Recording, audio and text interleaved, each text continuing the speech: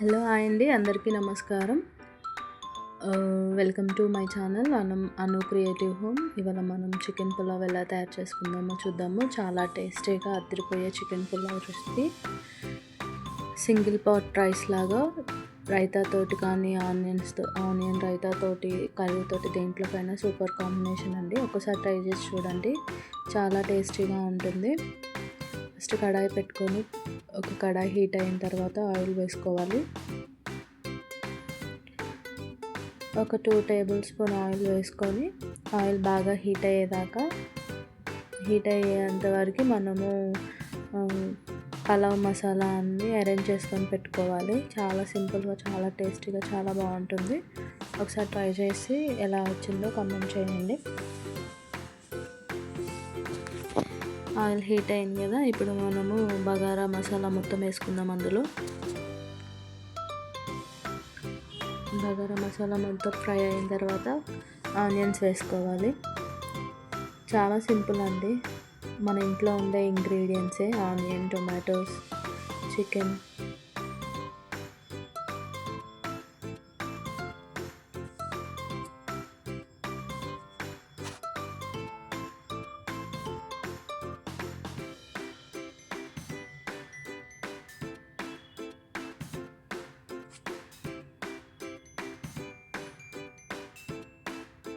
ఇప్పుడు మంచిగా onions roast అయిన తర్వాత ఫ్రెష్గా నూరుకున్న అల్లం వెల్లుల్లి పేస్ట్ వేయాలి. ఫ్రెష్గా నూరుకుంటే టేస్ట్ చాలా బాగుంటుంది.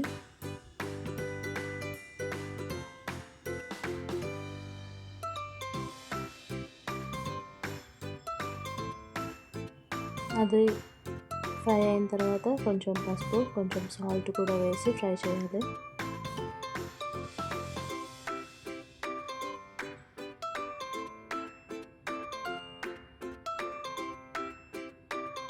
ఇప్పుడు ఒక మీడియం సైజ్ టొమాటోస్ కట్ చేసుకొని వేసుకోవాలి. అవన్నీ బాగా కలుపుకోవాలి.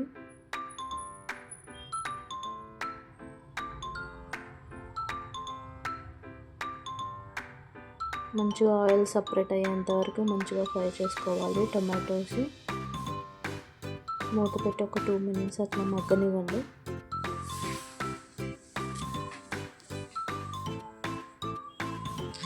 చూడండి ఆయిల్ ఎలా సపరేట్ అయిందో.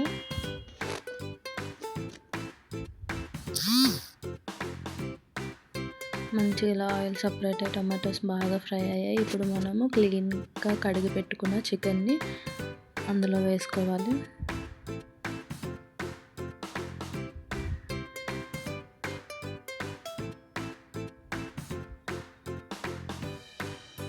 చికెన్ కూడా మంచిగా మసాలా అంతా పెట్టేలాగా బాగా కలుపుకొని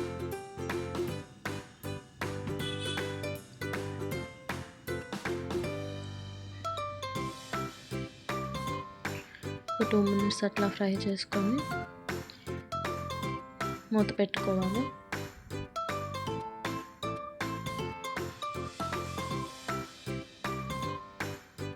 మీరు కుక్కర్లో కూడా చేసుకోవచ్చు.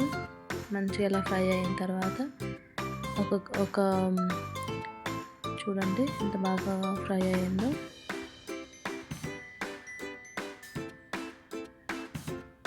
ఇప్పుడు రైస్లోకి సరిపడా కారం, కొంచెం గరం మసాలా పౌడర్ కూడా వేసుకోవాలి. కొంచెం గరం మసాలా పౌడర్ కూడా వేసుకొని చికెన్కి మొత్తం కలిసేలాగా బాగా కలుపుకోవాలి.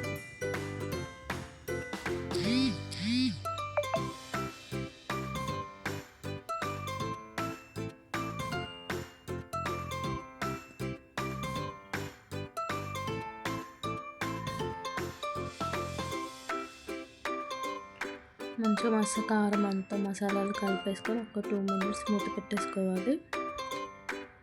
ఇప్పుడు చూడండి మూత తీసి ఎలా ఉందో, మంచిగా ఫ్రై అయ్యింది. దీంట్లోకి మనం కొంచెం కర్డ్ యాడ్ చేసుకోవాలి.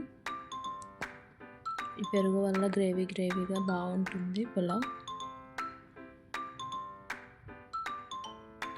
కొంచెం పెరుగు యాడ్ చేసుకున్న తర్వాత మంచిగా కలుపుకొని కొంచెం వాటర్ కూడా పోసుకోవాలి.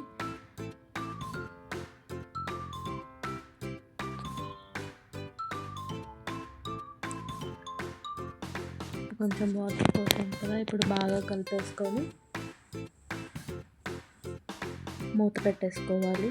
ఒక 10 మినిట్స్ అట్లా లో ఫ్లేమ్లో చికెన్ కుక్ అవుతుంది.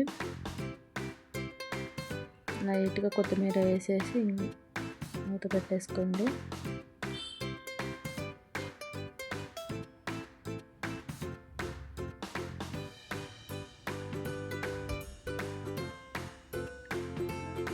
ఒక 2 మినిట్స్ తర్వాత చూడండి ఎంత బాగా కుక్ అయ్యి ఆయిల్ సపరేట్ అవుతుందో. ఇప్పుడు ఒకసారి కలుపుకొని మనం ఎసురుకి సరిపడా వాటర్ పోసుకోవాలి.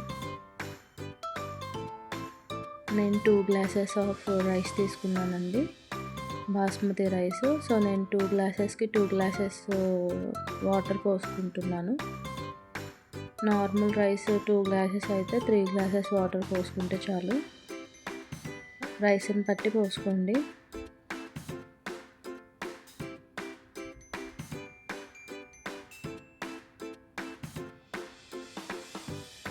చక్కగా 2 గ్లాసెస్ వాటర్ పోసుకొని కలుపుకోవాలి. ఈ స్టేజ్లో సాల్ట్ టేస్ట్ చూసుకోండి. మనకి సాల్ట్ మంచిగా సరిపోవాలి.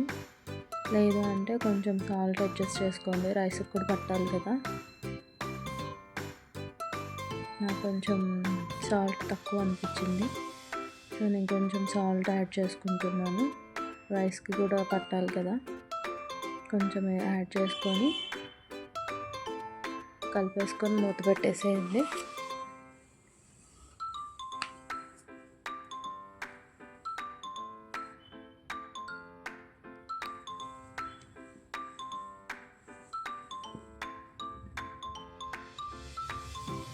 ఒక 10 నిమిషాలు అయ్యాక ఎసురు బాగా మసులుతూ ఉందండి. చూడండి ఆయిల్ బాగా అప్పుడే పైకి ఎలా సపరేట్ అయిందో. ఇప్పుడు మనం ముందుగా కడిగి నానబెట్టుకున్న 2 గ్లాసెస్ బాస్మతి రైస్ వేసుకోవాలి.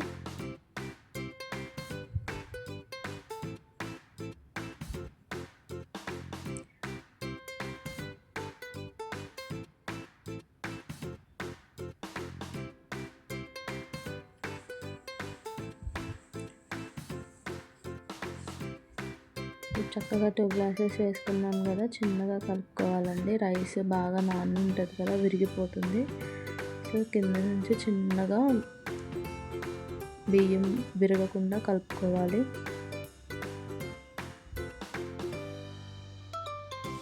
ఇప్పుడు మొత్తం ఇలా కలిపేసుకున్నాం కదా, ఇప్పుడు మూత పెట్టి మీడియం ఫ్లేమ్లో ఒక 5 మినిట్స్ ఉంచాలి. తర్వాత సిమ్ చేసేసుకొని ఒక 10 మినిట్స్ ఉంచాలి. చూడండి 2 గ్లాసెస్ రైస్ 2 గ్లాసెస్ వాటర్ ఎంత చక్కగా సరిపోయాయో.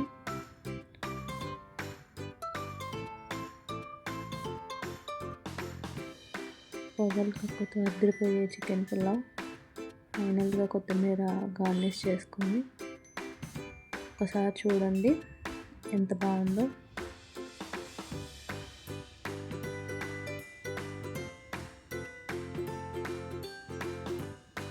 రైస్ అంతా పొడి పొడిగా చాలా బాగా వచ్చింది. స్టవ్ కట్టేసి మంచిగా ఒక 10 నిమిషాలు దమ్ వదిలేస్తే చాలా పొడి పొడిగా అవుతుంది రైస్.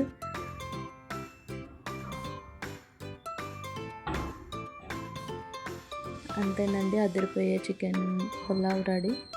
ఇలాంటి వీడియోస్ ఇంకెన్నో కావాలనుకుంటే ప్లీజ్ అండి లైక్ చేయండి, షేర్ చేయండి, సబ్స్క్రైబ్ చేయండి. స్టవ్ ఆపేసి ఒక 5 మినిట్స్ దమ్కి పెట్టుకుంటే మన చికెన్ పులావ్ ఎంతో టేస్టీగా తయారైపోతుంది. బాయ్ అండి. Subscribe to Anu creative home.